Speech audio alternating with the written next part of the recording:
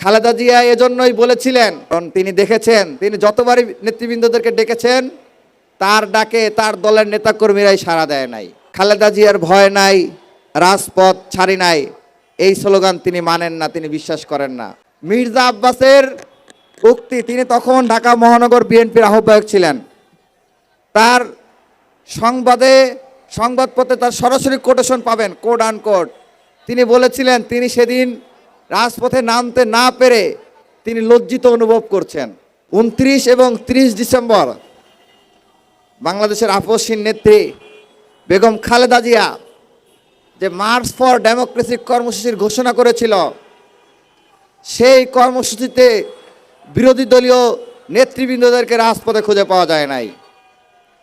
কথা ছিল শহীদ মনসুর যেখানে শাহাদাত বরণ করেছিলেন মালিবাগে, সেখানে যুবদল, ছাত্রদল, বিএনপি এবং অন্যান্য রাজনৈতিক দলগুলোর সাথে একসাথে মিলে মিছিল করার কথা ছিল, কিন্তু সেখানে বিএনপি বা ছাত্রদল, যুবদলের কারো উপস্থিতি সেদিন লক্ষ্য করা যায় নাই।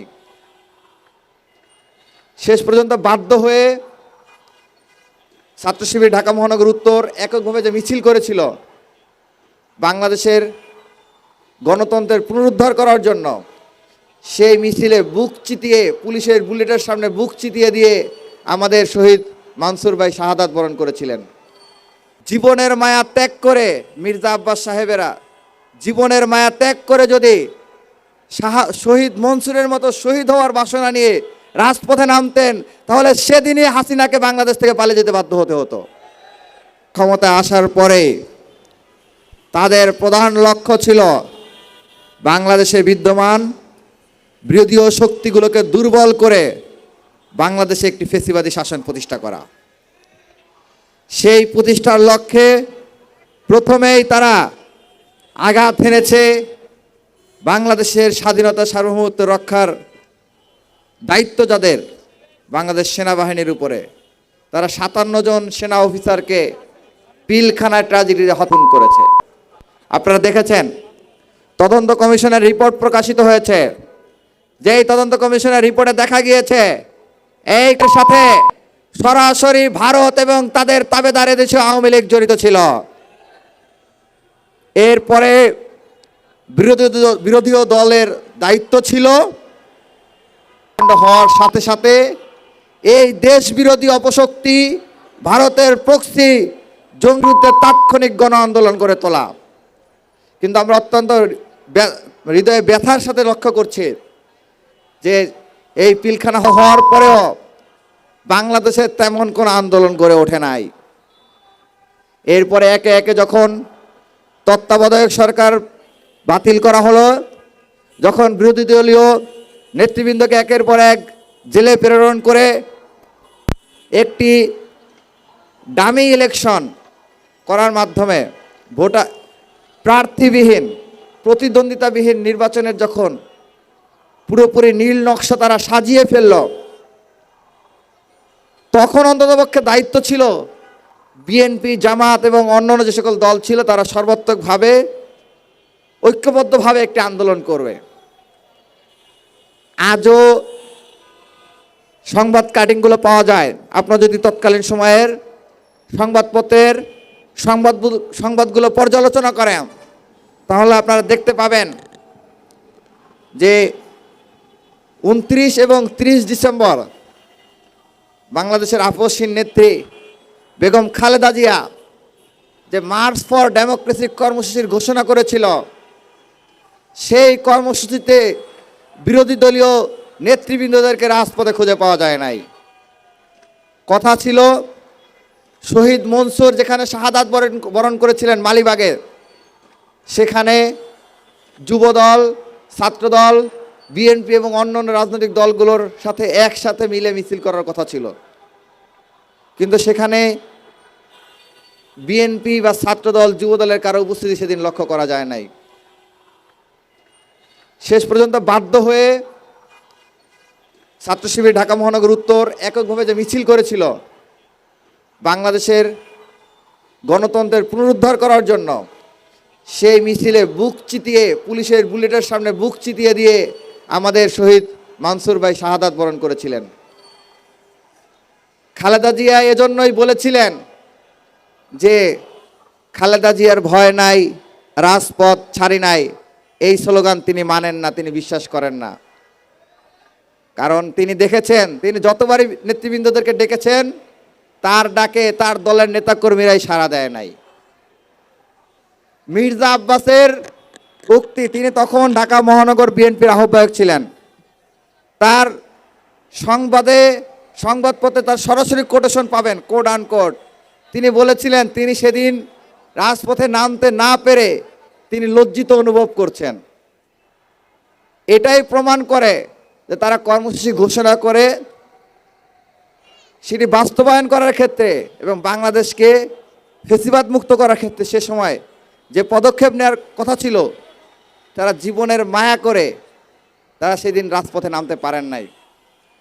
আমাদের সেই মার্চ ফর ডেমোক্রেসি কর্মসূচি যদি সেদিন সফল হতো, বেগম খালেদা জিয়ার আহ্বানে সকল রাজনৈতিক নেতৃবৃন্দ যদি, নেতাকর্মীরা যদি সেদিন রাজপথে ঝাঁপিয়ে পড়তো, জীবনের মায়া ত্যাগ করে, মির্জা আব্বাস সাহেবেরা জীবনের মায়া ত্যাগ করে যদি শহীদ মনসুরের মতো শহীদ হওয়ার বাসনা নিয়ে রাজপথে নামতেন, তাহলে সেদিনই হাসিনাকে বাংলাদেশ থেকে পালিয়ে যেতে বাধ্য হতে হতো। সেই মার্চ ফর ডেমোক্রেসি কর্মসূচি ব্যর্থ হওয়ার কারণেই এর পরবর্তীতে দীর্ঘ 10 বছর আমরা ফেসিবাদী কার্যক্রম দেখেছি, আমরা একের পর এক গণহত্যা সংগঠিত হতে দেখেছি। আমরা সর্বশেষ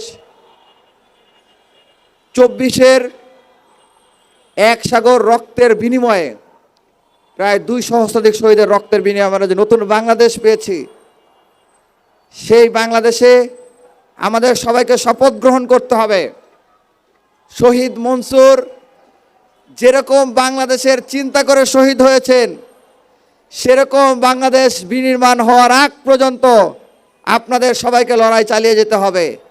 সেই লড়াই চালিয়ে যাওয়ার জন্য আপনারা সবাই প্রস্তুত আছেন কি? লড়াই কি হবে? রাজনীতি করেন, আপনার রাজনীতি যদি হয় 1 মাস, আপনার রাজনীতি যদি হয় 1 বছরের, ইসলামী ছাত্র শিবিরের 16 বছরের সংগ্রামকে আপনি কিভাবে দেখবেন? রাজনীতি করেন, আপনার রাজনীতি যদি হয় 1 মাস, আপনার রাজনীতি যদি হয় 1 বছরের, ইসলামী ছাত্র শিবিরের 16 বছরের সংগ্রামকে আপনি কিভাবে দেখবেন? আজ এই নতুন বাংলাদেশে কিছু সুশীলের উদ্ভব হয়েছে, যারা মনে করছে তারা এই জুলাইয়ে আন্দোলন সংগ্রাম করার মাধ্যমে তারাই শুধু এই বাংলাদেশের স্বাধীনতা এনেছে। তারা ভুলে যাচ্ছে দীর্ঘ লড়াই সংগ্রামের ইতিহাস। তারা ভুলে যাচ্ছে আমাদের যে সকল ভাইয়েরা রক্ত দিয়েছে, শহীদ হয়েছে, তাদের বাবা মায়ের যে দোয়া, এই দোয়ার কথা তারা ভুলে যাচ্ছে। আমাদের একটা স্বপ্ন ছিল শাপলা চত্বর অথবা এই শাহবাগে নারায় তাকবীর স্লোগান দেওয়া। আমরা আল্লাহর অশেষ মেহেরবানিতে আমাদের সেই স্বপ্ন বাস্তবায়ন করতে পেরেছি। এই নতুন বাংলাদেশে দীর্ঘ 16 বছর ধরে যে গুম তার নির্যাতন হয়েছে, তার প্রত্যেকটার বিচার হতে হবে। এই বিচার যদি না হয়, আমরা নতুন বাংলাদেশকে যেভাবে দেখতে চাই সেভাবে দেখতে পারবো না। আমরা ভুলে যাচ্ছি লড়াই সংগ্রামের ইতিহাস। আমরা সেফ এক্সিট দিচ্ছি যারা এই লড়াই সংগ্রামের বিপরীতে পুলিশ লীগ, গুন্ডা লীগের লোক হয়ে যারা এই ফ্যাসিবাদকে তারা সাপোর্ট করেছিল, আমরা তাদেরকে সেফ এক্সিট দিচ্ছি। আমরা এখনো আমাদের ভাই শহীদ শরীফ ওসমান হাদির যারা তাকে শহীদ করেছে, তাদেরকে এখনো খুঁজে পাওয়া যায় নাই। ইন্টারিমকে হুঁশিয়ারি উচ্চারণ করতে চাই, আমাদের ভাইদের রক্তের ম্যান্ডেটে আজকে আপনাদের এই ক্ষমতা। আপনারা যদি আমাদের ভাইয়ের রক্তের বিচার বাস্তবায়ন করতে না পারেন, খুনি ফ্যাসিস্ট হাসিনাকে এই বাংলাদেশের ফিরিয়ে এনে যদি তার ন্যায্য বিচার বাস্তবায়ন করতে না পারেন, আপনাদেরকেও আমরা এই বাংলার জমিনে বিচারের মুখোমুখি করব ইনশাআল্লাহ। আমাদের শহীদ মনসুর ভাইয়ের জন্য আমরা দোয়া করি, আল্লাহ রাব্বুল আলামিন তাকে শাহাদাতের সর্বোচ্চ মর্যাদা দান করুক এবং একই সাথে তাকে শহীদ করার পিছনে, হত্যা করার পিছনে যারা নির্দেশদাতা, যারা নির্দেশ পালনকারী, তাদের প্রত্যেককে ধরে নিয়ে সর্বোচ্চ শাস্তির মুখোমুখি করতে হবে। এরকম অসংখ্য ভাই আমরা হারিয়েছি, আমরা তাদেরকে ভুলে যেতে পারি না।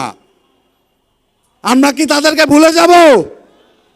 আমরা প্রত্যেকটি আন্দোলন সংগ্রামের ইতিহাসকে জাগ্রত রাখতে চাই। ঢাকা মহানগর উত্তরের শহীদ মনসুর আলী ভাইয়ের জন্য আমরা দোয়া করি এবং তার যারা তাদেরকে বিচারের মুখোমুখি না করা পর্যন্ত আপনাদের লড়াই সংগ্রাম জারি রাখতে হবে।